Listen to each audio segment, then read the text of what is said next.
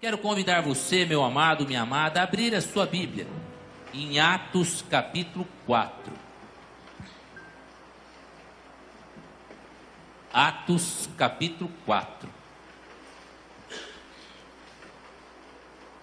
Nós vamos ler alguns versos deste capítulo.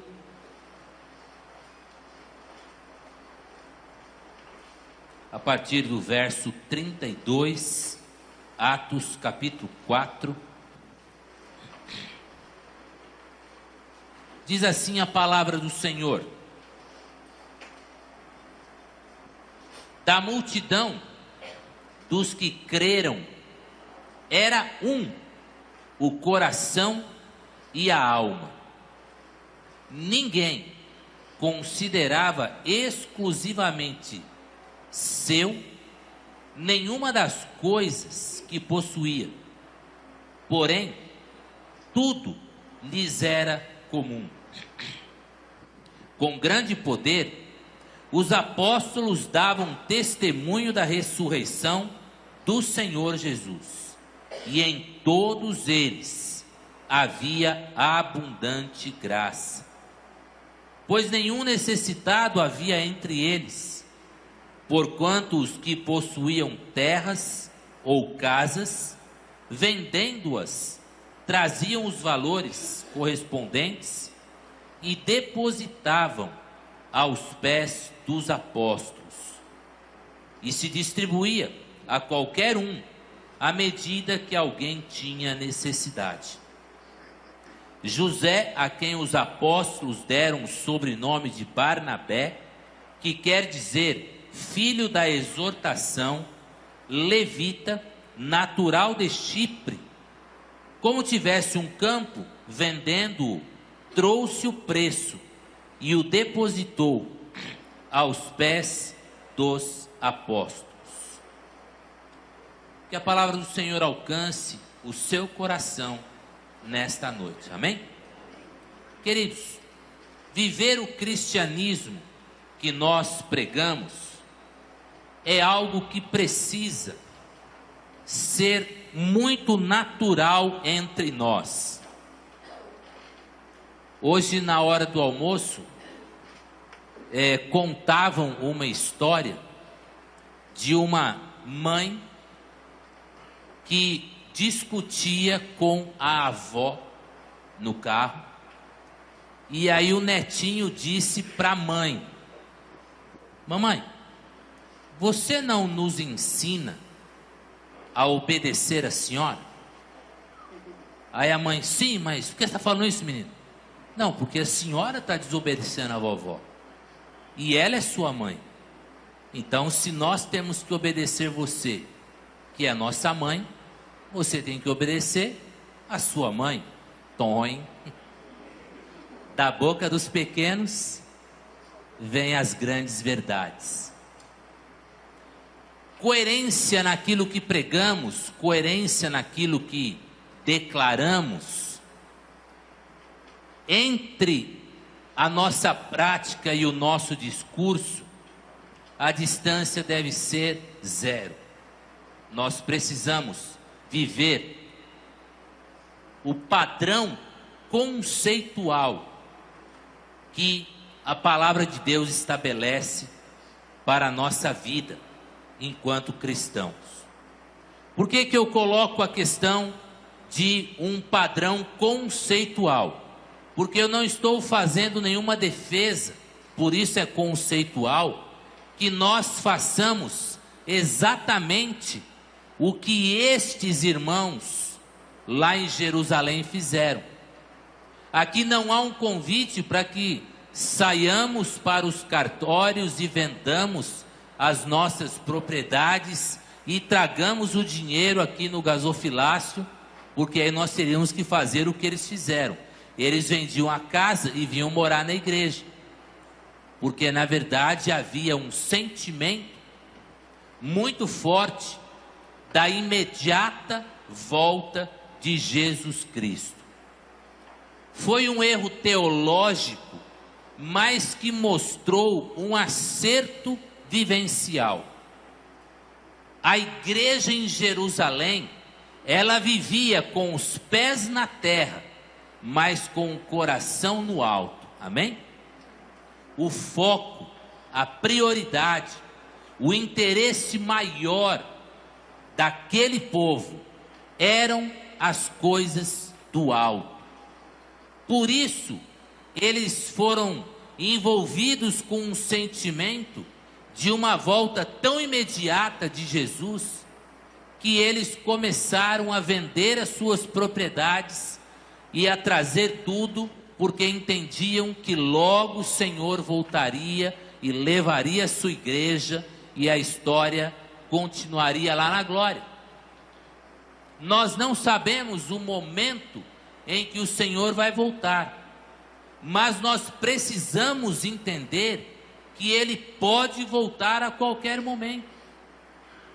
E esse sentimento que houve no coração daqueles irmãos em Jerusalém precisa existir nos nossos corações. Viver com os pés na terra, mas sabendo que aqui somos peregrinos, que estamos passando um tempinho, nos preparando para tomar uma decisão, onde passaremos a nossa eternidade. Muitos aqui já tomaram a decisão. Queremos passar a nossa autoridade ao lado de Jesus. Por isso entregamos a nossa vida, por isso seguimos a cruz e vamos, porque é lá a porta de entrada para a vida eterna. Por outro lado, nós temos também uma missão importante, que é fazer essa ponte, levar o amor de Cristo a quem ainda não conhece, para que eles tomem uma decisão de deixar Cristo entrar na vida deles como Senhor e Salvador. E nós precisamos fazer a nossa parte. E nesse texto, eu quero convidar a igreja a pensar um pouquinho no que é viver o cristianismo. Onde nós vivenciamos o cristianismo com foco nas coisas do alto, nós vamos perceber que o nosso sentimento vai estar ligado às coisas do alto, não às coisas da terra. Colossenses capítulo 3, lerei com os irmãos os versos de 1 a 3. Diz assim a palavra: portanto, se já ressuscitastes com Cristo, buscai as coisas que são de cima, onde Cristo está sentado à direita de Deus. Pensai nas coisas que são de cima, não nas que são da terra, porque já estáis mortos e a vossa vida escondida em Deus. Amados, quando nós experimentamos viver com o foco no alto, nós vamos compreender as palavras de Colossenses. A nossa mente vai estar ocupada prioritariamente com as coisas do alto. O nosso coração vai estar ocupado prioritariamente em agradar e em amar este Deus que está lá no alto, com o seu Filho Jesus à sua direita, aguardando a nossa chegada, face a nossa aceitação do sacrifício na cruz.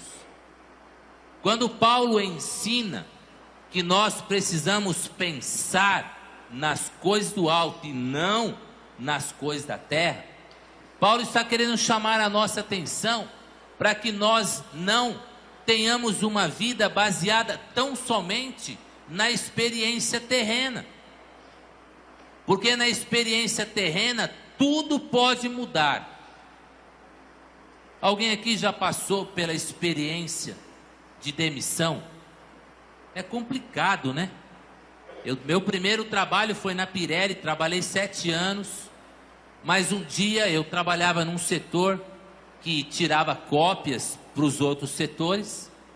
E um dia eu tirei um relatório de uma cópia, não que eu fosse curioso e ficasse olhando as coisas, mas a leitura dinâmica eu fiz por conta da faculdade, e num dos relatórios que eu copiei, eu vi lá o relatório final de uma auditoria que recomendava a demissão de alguns funcionários.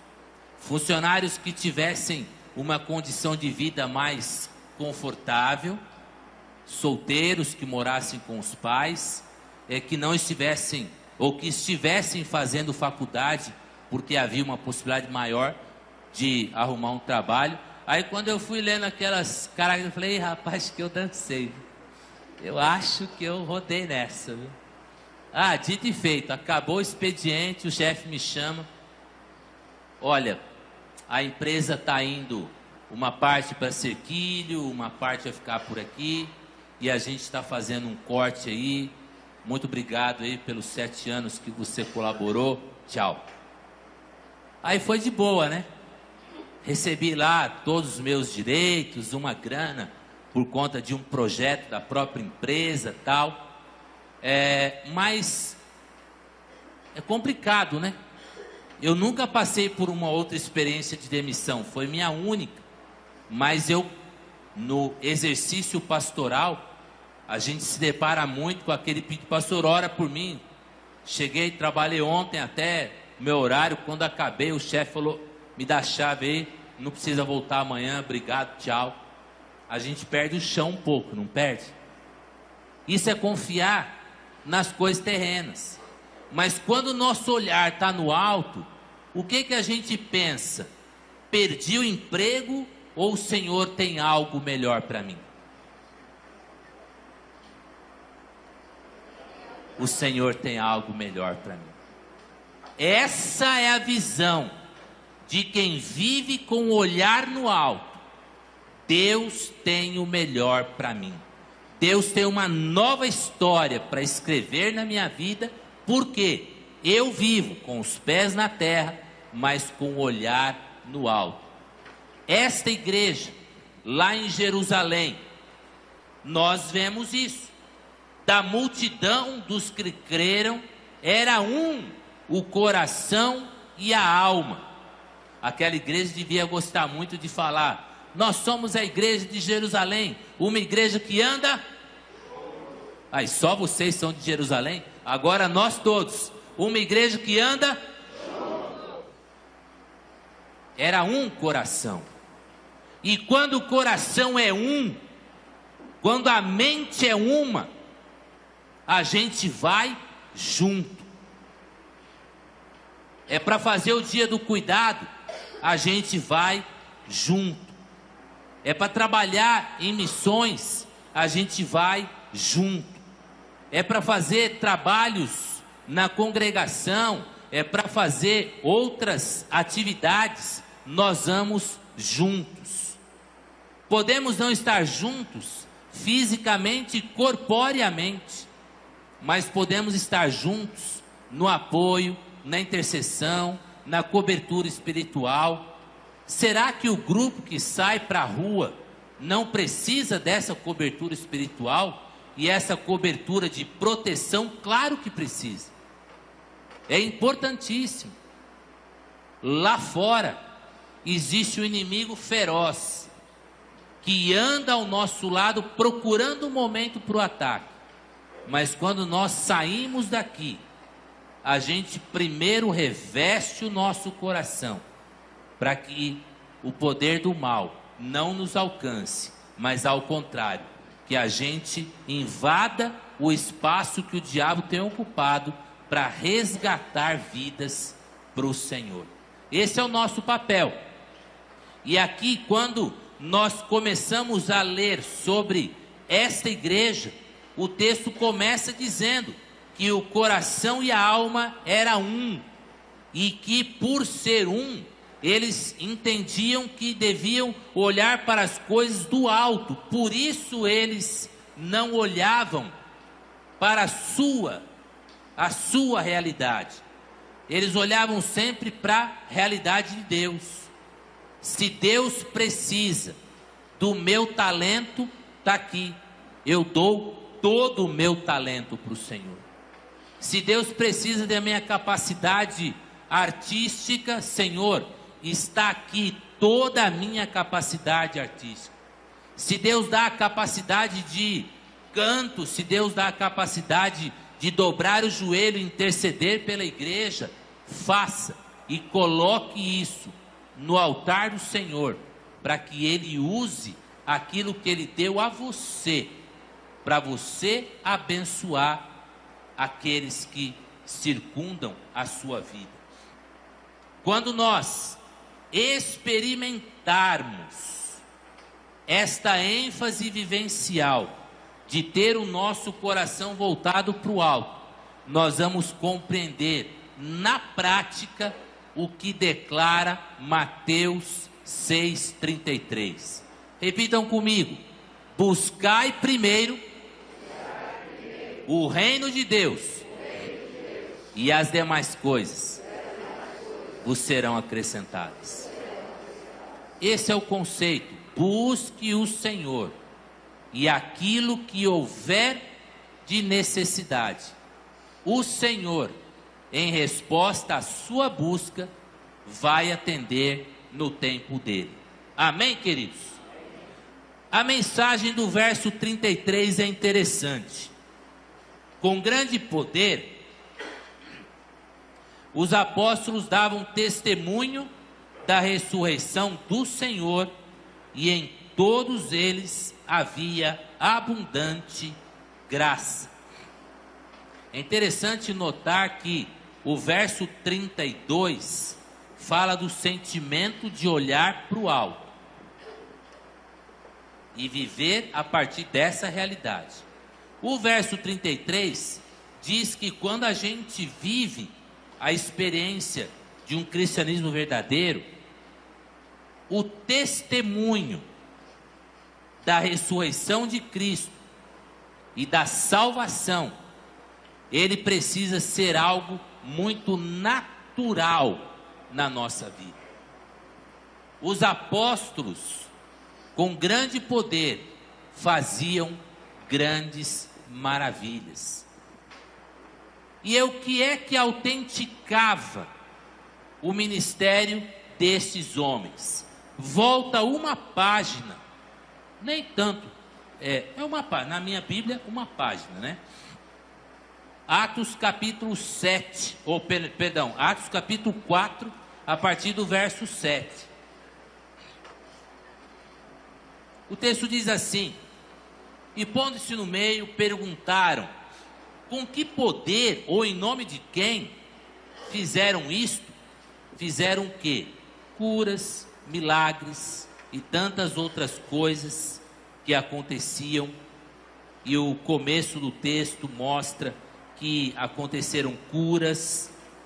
E aí o texto diz, verso 8: então Pedro, cheio do Espírito Santo, disse: principais do povo e vós, anciãos de Israel, visto que hoje somos interrogados acerca do benefício feito a um homem enfermo, eles curaram aquele homem, e o modo como foi curado, seja conhecido de vós todos e de todo o povo de Israel, que é em nome de Jesus Cristo, o Nazareno, aquele a quem vós crucificastes, e a quem Deus ressuscitou dentre os mortos. Em nome desse, que este que está diante de vós é curado. Ele é a pedra que foi rejeitada por vós, os edificadores, o qual foi posta por cabeça da esquina.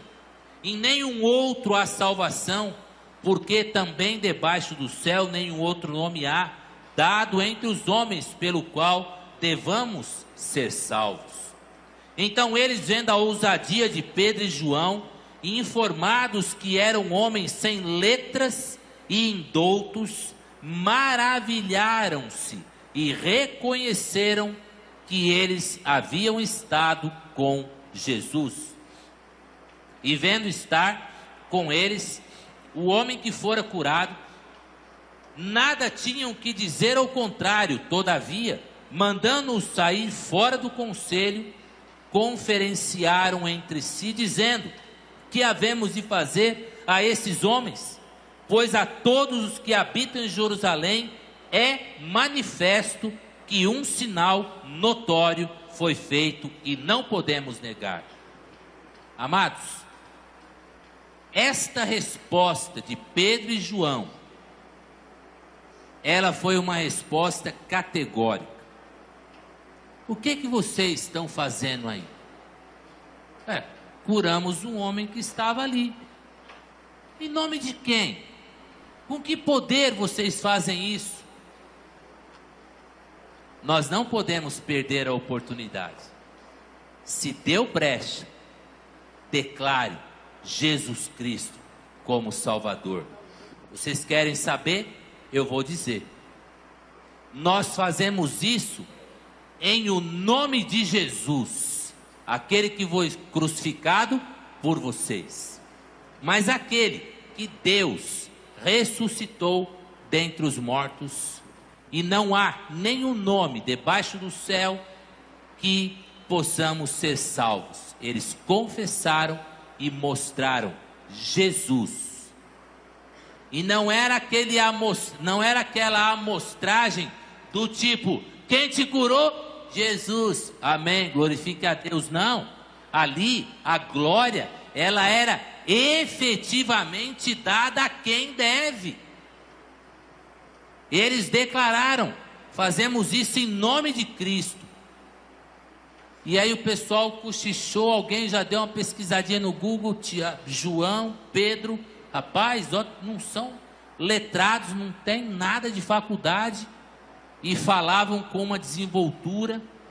Aí tiraram os caras de lá e começaram a conversar entre si: o que a gente vai fazer? A gente quem? Os líderes da fé que estava falida. Como é que a gente vai calar esses homens, se toda a cidade viu o que eles fizeram? E a gente ainda pergunta, e eles disseram que fizeram em nome e pelo poder do Cristo, aquele que nós matamos. Mas o rapaz disse que Deus ressuscitou. Amém, glória a Deus. Se nós queremos viver um evangelho de verdade, nós precisamos conhecer a razão da nossa fé, para que nós possamos responder no momento em que formos questionados qual é a razão de sermos diferentes. Semana passada encerrou o momento das declarações de imposto de renda. Como é desconfortável você fazer ali o seu imposto e ver que durante o ano o governo vai tirando recursos, e às vezes a gente chega numa situação que ainda tem que pagar mais um pouquinho para o governo. Às vezes o que o governo pegou no ano é um volume alto, e aí a hora que vai devolve um pouquinho assim. E aí a gente tem aquelas tentações, né, Reginaldo, que são cruéis. Reginaldo é contador, nós temos outros irmãos aqui que trabalham nessa área. Como é complicado ser honesto debaixo de uma carga tributária como nós vivemos. Mas o que Cristo ensinou lá, há 2000 e poucos anos atrás? A César o que é de César, a Deus o que é de Deus. Nem tudo que o César pede é dele, então por isso precisamos de profissionais especiais como os que nós temos aqui na igreja, que orientam os seus clientes para que paguem o justo. Viver a verdade do Evangelho. Como é triste quando esta verdade a gente percebe que falta no discurso de alguns. E este verso aponta para a liderança.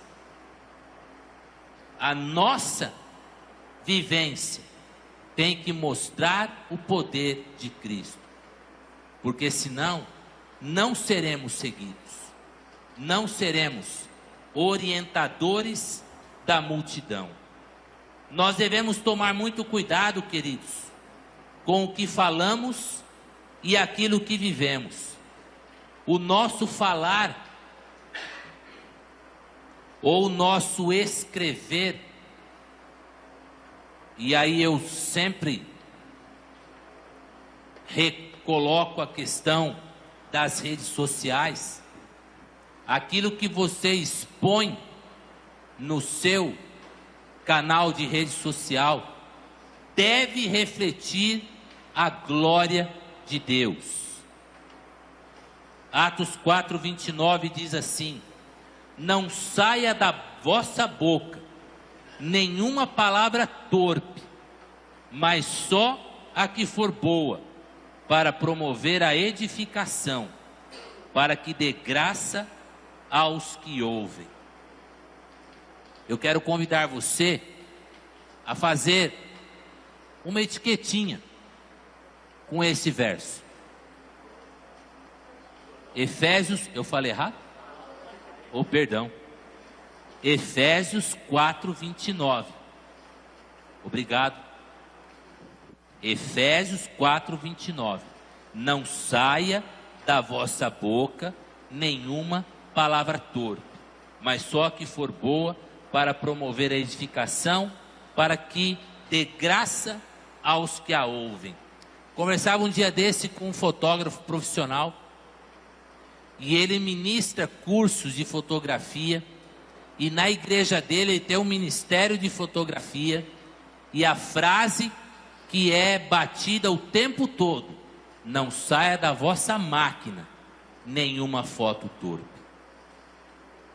E aí a gente precisa fazer uma etiquetinha, que do nosso Face não saia nenhum compartilhamento torpe, que do nosso Twitter não saia nenhuma frase torpe, mas tudo aquilo que partir de cada um de nós siga este padrão, leve graça e bênção a quem ouvir.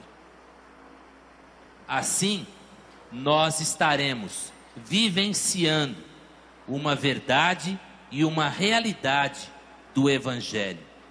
No coração daqueles irmãos ainda havia um cuidado muito especial em cuidar de quem precisa. O verso 34, agora de Atos, e voltamos para Atos, capítulo 4. O 34 e o 35 diz assim: pois nenhum necessitado havia entre eles, porque os que possuíam terras ou casas vendendo, traziam os valores correspondentes, depositavam aos pés dos apóstolos, e que se distribuía a qualquer um à medida que alguém tinha as suas necessidades. Amados, nós precisamos estar atentos. O povo de Jerusalém, eles estavam atentos às necessidades que cada um tinha, e na medida do possível eles iam dividindo o que tinham. Ação social para eles era mais que ação social, era um gesto de amor, e eles iam fazendo isso. Quando você vai 2 capítulos à frente, você vê a instituição dos diáconos. Havia um problema, as viúvas eram cuidadas pela igreja, e começou a dar um problema. Eles escolheram diáconos para cuidar daquela situação, para tratar daquela situação. Uma igreja que procurava zelar principalmente e prioritariamente dos domésticos da fé. Agora fica uma pergunta, e aí é uma pergunta que deve provocar sim um incômodo em você, para que você possa responder a esse incômodo. Hoje em dia será que a gente também procura atender a necessidade de quem está próximo da gente? Será que a gente procura? Será que enquanto membros do corpo de Cristo, nós temos tido a preocupação, foco no alto, que vai me motivar a olhar para a comunidade com um olhar de querer ser bênção, como lá em Efésios, porque eu vou estar pensando nas coisas do alto, como lá em Colossenses? Será que eu consigo e eu procuro viver a realidade de procurar fazer a minha parte, que às vezes pode ser tão pequena? Nós temos irmãos aqui na igreja que andam de ônibus. Às vezes, 20 minutos que você que tem carro usa para dar uma carona a quem precisa, às vezes vai poupar a esta pessoa horas num ponto de ônibus. 20 minutos que você gasta oferecendo, levando, desviando às vezes o seu caminho, você vai poupar a estes horas num ponto de ônibus. Pastor, vamos comprar uma van para levar essa turma embora. Não dá. Precisaríamos de pelo menos umas 4 vans. Cadê Osias? Osias, cadê você? Cadê a esposa do Osias? Ah, tá ali. Vem na porta aí, meu irmão. Põe a cara aí. Aí, ó, a gente vive orando, querendo comprar uma van. Deus não nos deu uma van. Cadê Osias? Põe a carinha na porta, meu irmão. Aí, agora todo mundo está esperando. Ah, não, depois lá na porta do fundo. Deus não nos deu uma van. Deus está nos dando um irmão que tem 3. Então, quando a gente for locar, vamos abençoar a vida dele. E aí ele vai aliviar o nosso lado, a gente apoia. Então aí aquela coisa de bênção. Brincadeirinha à parte. Você já pensou nisso? E aí eu tenho que dar o exemplo. Eu tenho que dar o exemplo. Irmã Eulina é minha parceira de visitação. Anda comigo aí nas visitas. A gente vai para lá e para cá. E ela mora aqui pertinho. Mas ela já contou que às vezes vindo ou voltando, eventualmente eu não dei carona ou alguém também não pôde dar e ela precisou ir embora de ônibus, às vezes fica 1 hora esperando o ônibus para andar daqui até o terminal. E de carro, quanto tempo eu gasto? Se eu tiver com o meu carro cheio, irmã Eulina, não cabe você. Não, pera um pouquinho.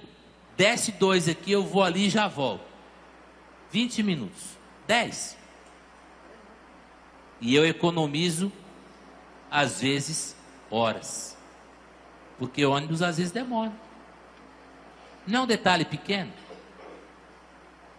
Tem uma irmãzinha, hoje ela não está aqui, o marido dela viaja muito, e às vezes ela não vem à igreja porque tem medo de descer sozinha. Ela mora ali embaixo, naquele caminho, quando a gente vai aqui por baixo para pegar a João Dias, ela mora naquela rua antes de chegar na João Dias, ali que tem uma igreja católica e tal. Eu já disse para ela, minha irmã, o dia que quiser vir aqui, eu sempre levo a irmã Eulina, a gente leva a irmã Eulina, deixa a irmã ali, eu volto para cá e sigo o meu caminho. E às vezes eu vejo irmãos e irmãs aqui que fazem isso. Irmão, está precisando? Entra aí. É assim que a igreja vai caminhando. Mas tem mais necessidades. Aí o que acontece? 2 fatores. Eu posso fechar os olhos e não querer ver o problema do meu lado. Ou a pessoa que está ao meu lado, ela pode fechar a boca e nunca deixar escapar a necessidade que ela tem. E aí a palavra nos aconselha o quê? Compartilhe com os santos as vossas necessidades. quando a igreja conhece a necessidade, nós tentamos acudir e atender. Então aqui fica um conselho e um convite dos dois lados. Se você tem necessidades, abra o coração para a igreja.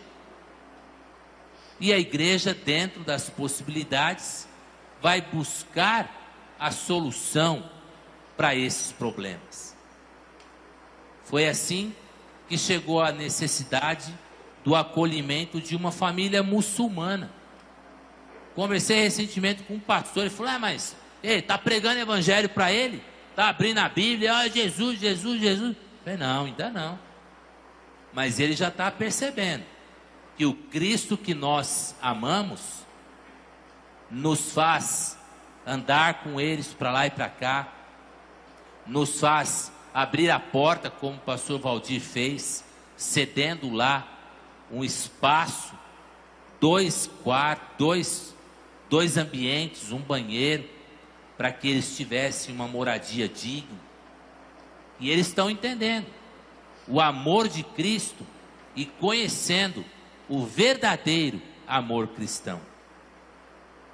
Pouco que a gente faz abençoa muito a quem recebe de ajuda. Portanto, amados, olhemos para o exemplo de Barnabé. Quem era Barnabé? Natural de Chipre, também chamado de José da Consolação, homem bom e piedoso, cheio de amor e fé. Eu estou contando a história do Barnabé, não vou cantar, parei. Esse era o Barnabé, um homem natural de Chipre, cheio de temor e fé, também conhecido como José da Consolação. Sabe o que quer dizer José da Consolação? Vem cá, Reginaldo, você que está aqui me ladeando e me ajudando aqui hoje.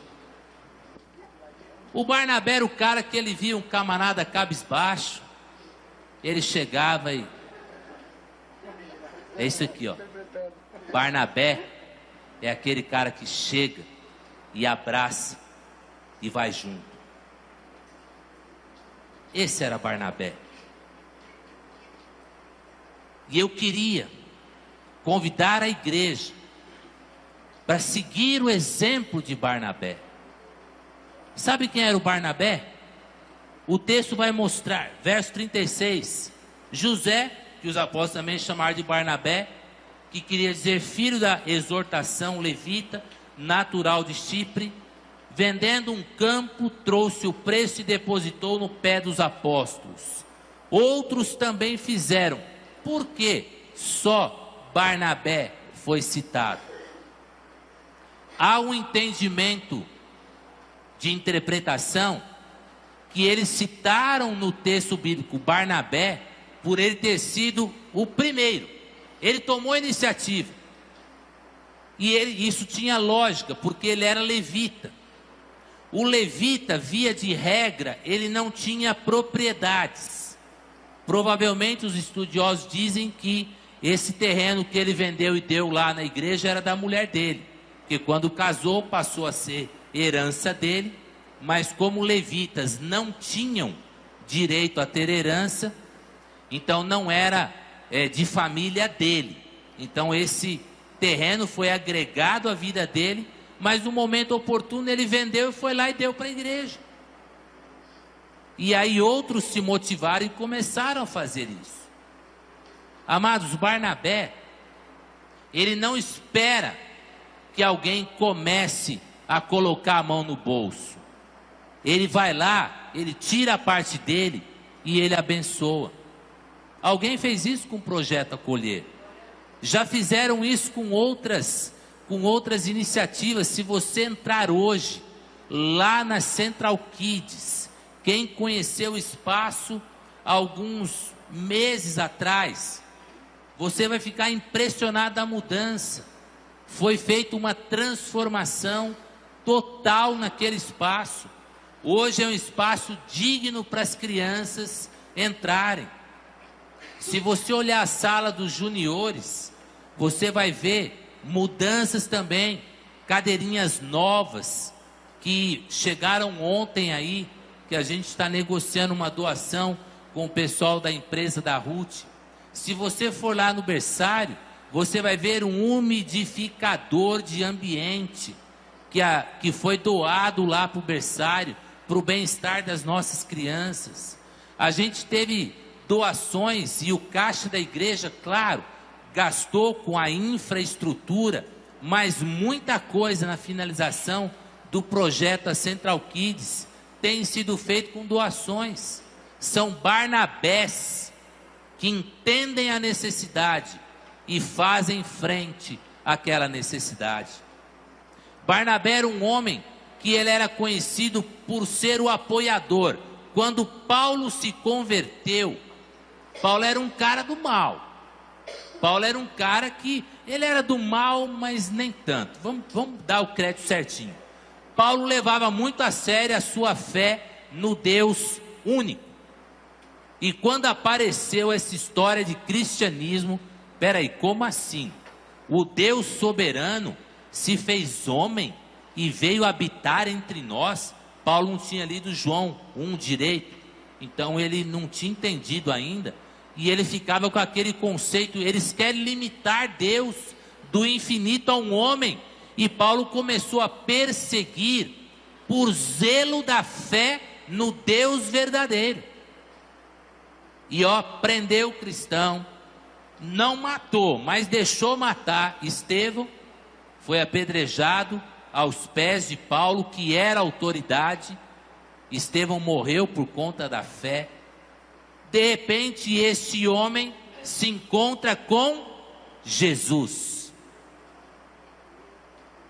Aquele Jesus que Pedro disse na escada do templo: vocês querem saber em nome de quem eu curei?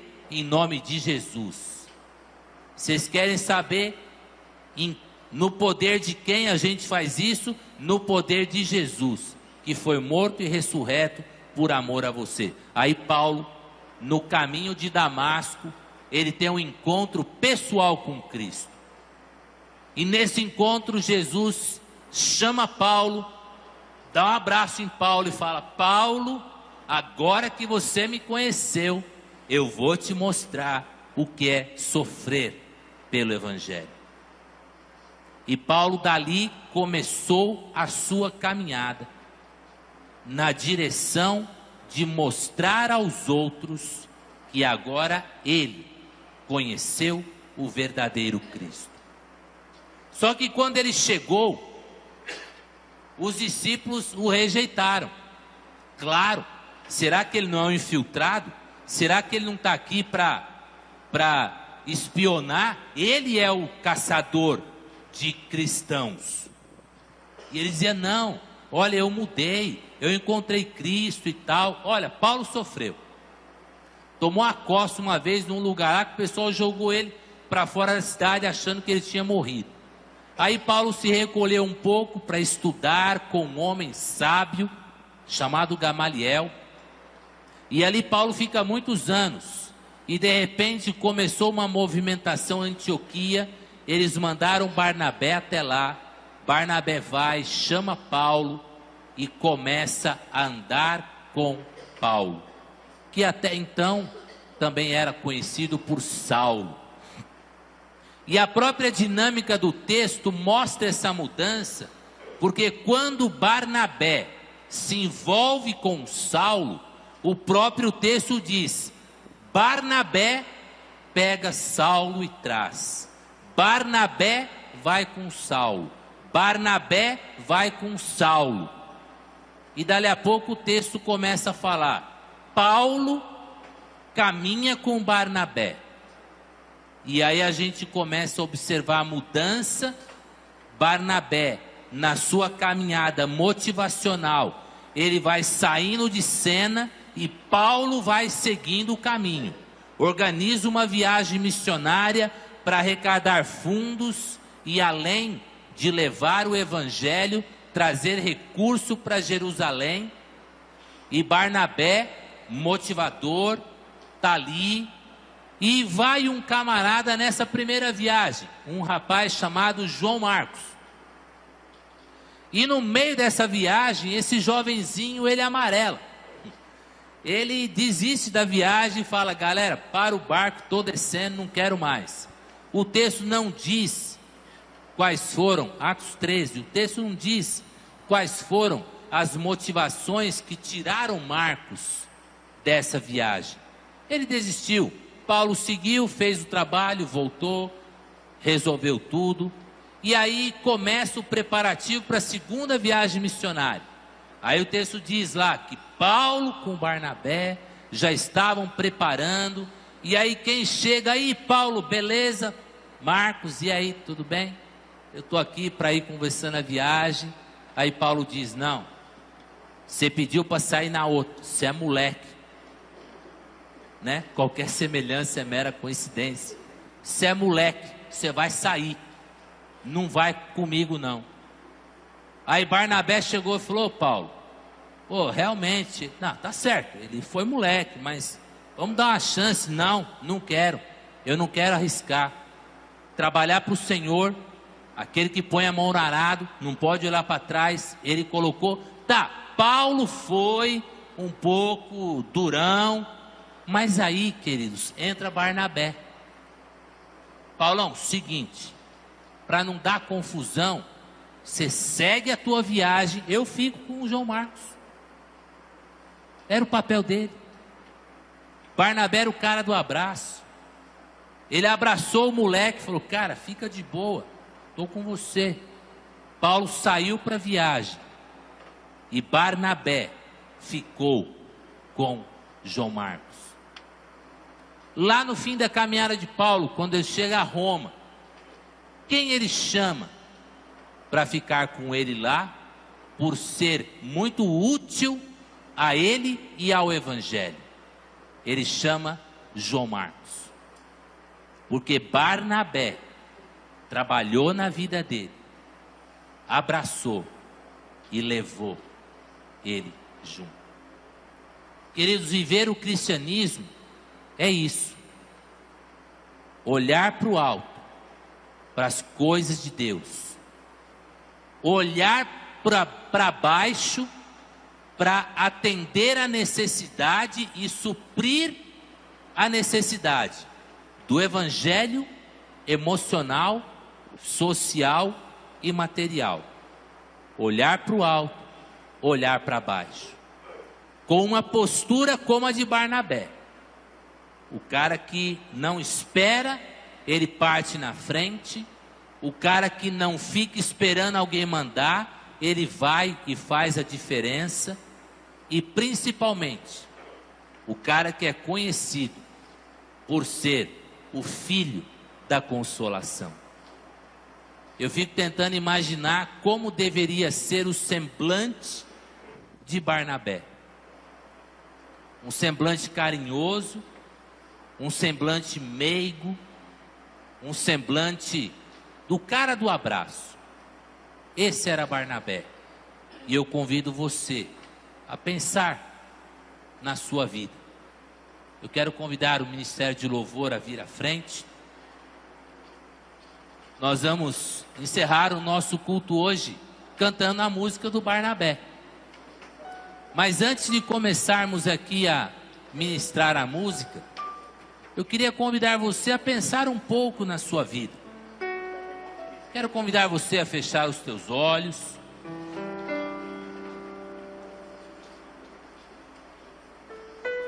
Quero convidar você a tentar fazer um desenho da sua vida.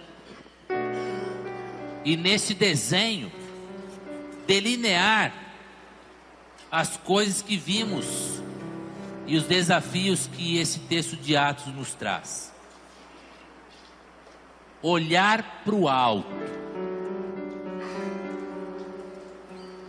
sabendo que do alto vem o teu socorro. Salmo 121. Eleva os meus olhos para o monte.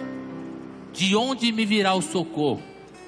O meu socorro vem do Senhor, que fez o céu e a terra. Foco no alto. Foco para baixo. olhar para as pessoas, olhar para a gente e tentar sentir quais são as necessidades dessas pessoas. E aí você, dentro da sua possibilidade, tentar alcançar esta pessoa. Lá fora está cheio de gente que não tem quem olhe por ele.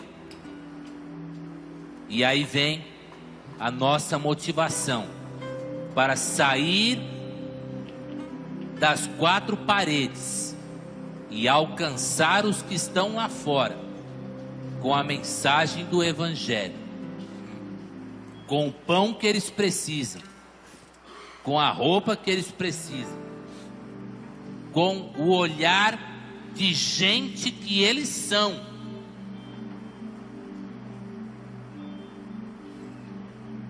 Quero convidar você a pensar se você tem sido um Barnabé, se você tem chegado em alguém que precisa, dado um abraço, se você tem chegado naqueles que você percebe que estão com alguma dificuldade para caminhar junto, se você tem sido um Barnabé desprendido de coisas materiais e efetivamente dividido o teu recurso com alguns projetos que você vê que são do alto. Como está a sua vida? Entre nós, seguramente existem pessoas que precisam e que você pode ser bênção na vida deles.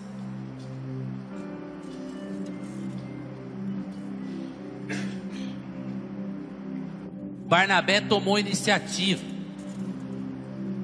e eu quero convidar você a também dar esse passo. Quero desafiar você a um comprometimento maior com Deus que você serve, com Deus que você está conhecendo, com Deus que você adora. E esse comprometimento maior, eu quero que seja simbolizado num ato muito simples: colocar-se de pé. Eu já me coloco. E eu sei que cada um do Ministério de Louvor, os que estão aqui ou os que estão assentados, também tem dedicado suas vidas na busca de um compromisso. E hoje eu quero desafiar você a colocar-se de pé, dizendo ao Senhor: eu quero um comprometimento maior. Eu quero olhar para o alto e depender mais do alto. Eu quero olhar para baixo e ajudar quem precisa. Eu quero mostrar o amor de Cristo a qualquer um que eu possa falar desse amor. Pai Celeste, muito obrigado, porque o teu povo responde positivamente a este chamado. Ó Pai, que saiamos daqui nesta noite certos, ó Deus, de que estamos cercados por Barnabés, por homens e mulheres que querem, ó Deus, este vivenciar o Evangelho de uma forma mais verdadeira. Muito obrigado, ó Deus, por cada vida que se colocou de pé, porque são vidas que amam e querem cada vez mais amar o Senhor. Oramos agradecidos no nome santo de Jesus, que é o autor, o consumador o motivador das nossas ações. A Ele toda a honra e toda a glória, e ao nome dEle nós rendemos o louvor, e pelo nome dEle nós os apresentamos diante do Senhor, hoje e sempre. Amém, amém. Que bom ver a igreja em pé, que bom ver a igreja respondendo ao desafio do Senhor. Vamos louvar ao Senhor.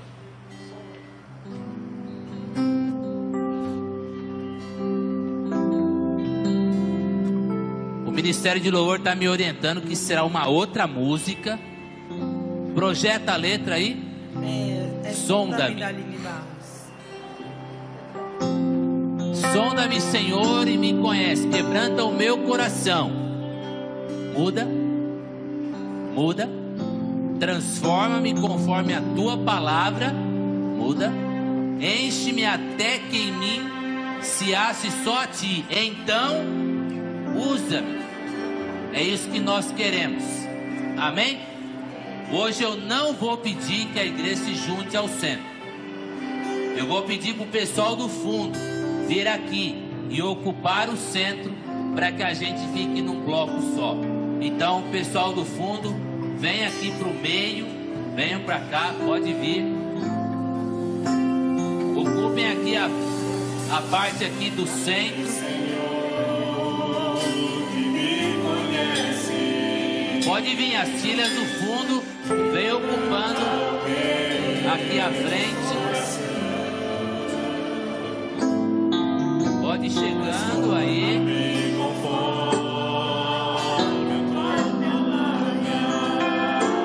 Pode vir mais.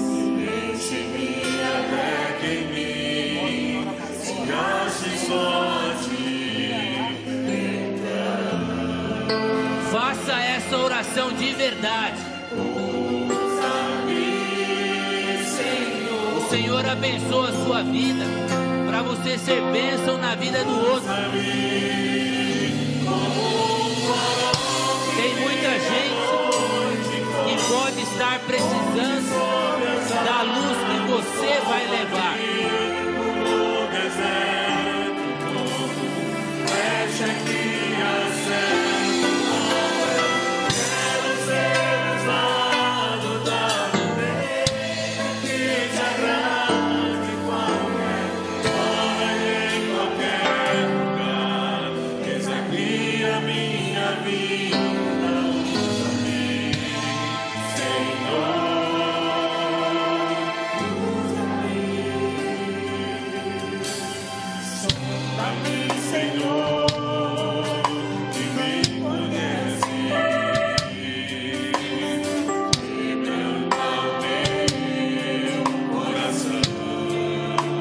Faça como o Barnabé, abraça o irmão que está do lado aí. Agora ajuda pra cá.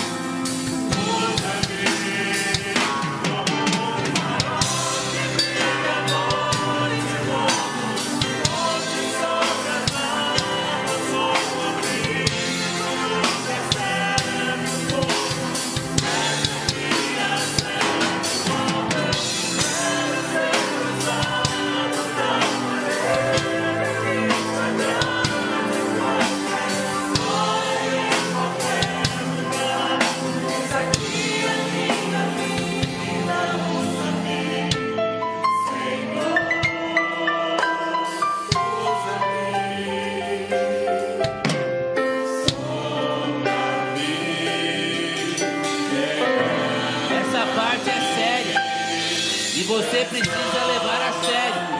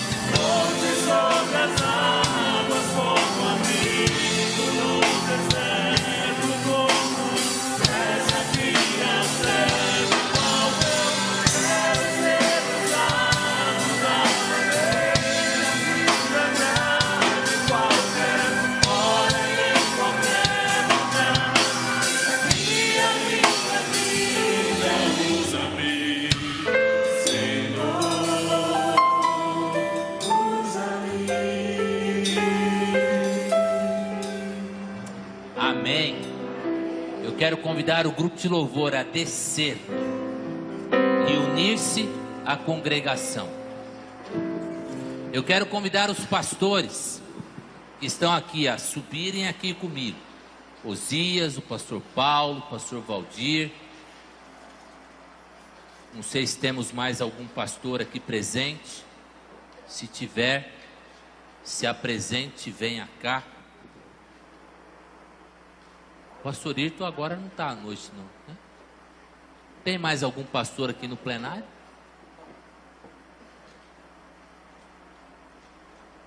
Nada de mandinga, tá? Isso é cobertura espiritual.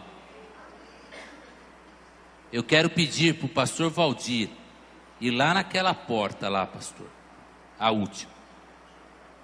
Pastor Paulo, naquela outra porta lá. Pastor Osias, nessa porta aqui. Queridos, nós pastores temos um papel extremamente importante dado por Deus, que é cuidar do rebanho.